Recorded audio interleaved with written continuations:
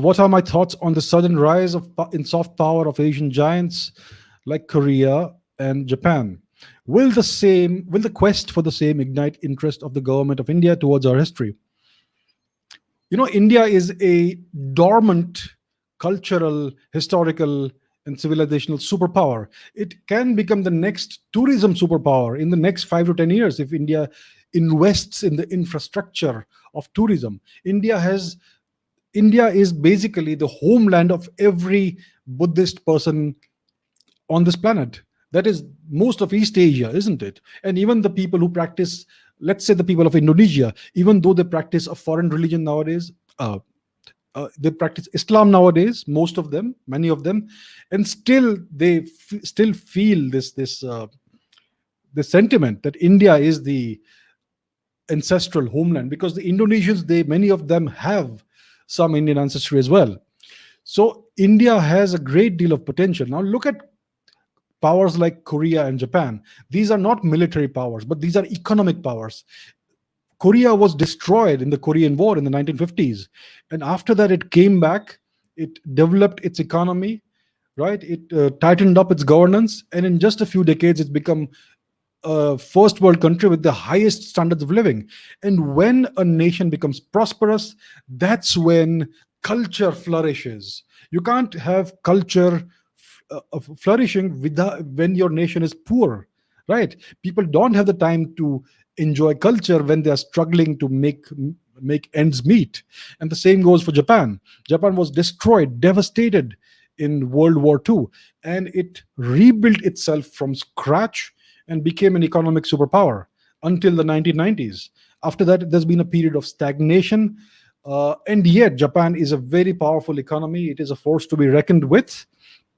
It has the highest technological advancement of almost any nation in the world, and yet it is so much in tune and in touch with its ancestral culture.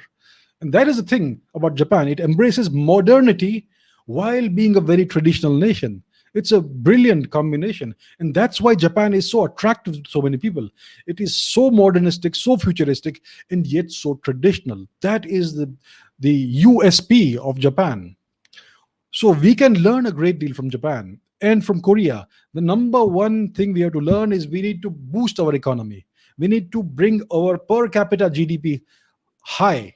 We need to increase that. Our per capita GDP is currently the same as most nations in Africa, right?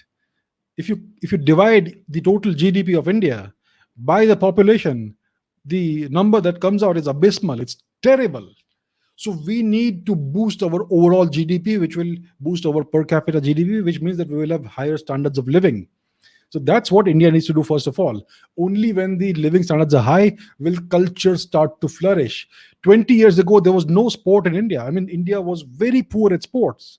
And yet, now that the nation is becoming slowly more prosperous, you can see more and more sports people emerging and getting medals on global stages.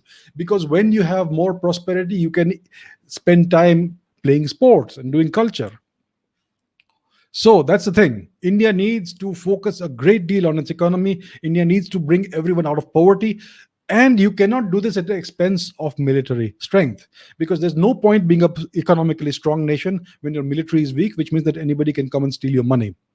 So these are the things that India needs to focus on. And if India does focus on this, then culture will revive on its own. You will have a cultural renaissance.